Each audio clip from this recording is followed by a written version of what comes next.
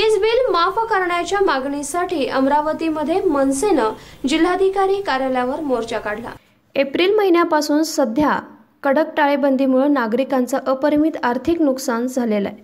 व्यवसायांना घरघर लागली, अनेकांनी नोकऱ्या गमावल्या आणि एका बाजूला आजाराची भीती तर दुसरीकडे ठप्प झालेलं अर्थकारण, या दोन्ही आघाड्यांवर नागरिक लढा देत असताना महाविकास आघाडी सरकारनं नागरिकांना प्रचंड वीज बिल पाठवून शॉक दिला। जनतेचे डोळे पांढरे झालेत। एरवी वर्षभराचं वीज देयक जितकं येतं तितक्या विजेची आकारणी केवळ 3 महिन्यांच्या वापराबाबत सरकारनं जनतेला पाठवली आहे। त्यामुळं या वीज बिल माफ करण्याच्या मागणीसाठी आज अमरावतीमध्ये महाराष्ट्र नवनिर्माण सेनेच्या वतीनं अमरावती जिल्हाधिकारी कार्यालयावर मोर्चा काढण्यात आला। यात लॉकडाऊनमध्ये आलेली वीज बिलं माफ करण्याची मागणी करण्यात आली।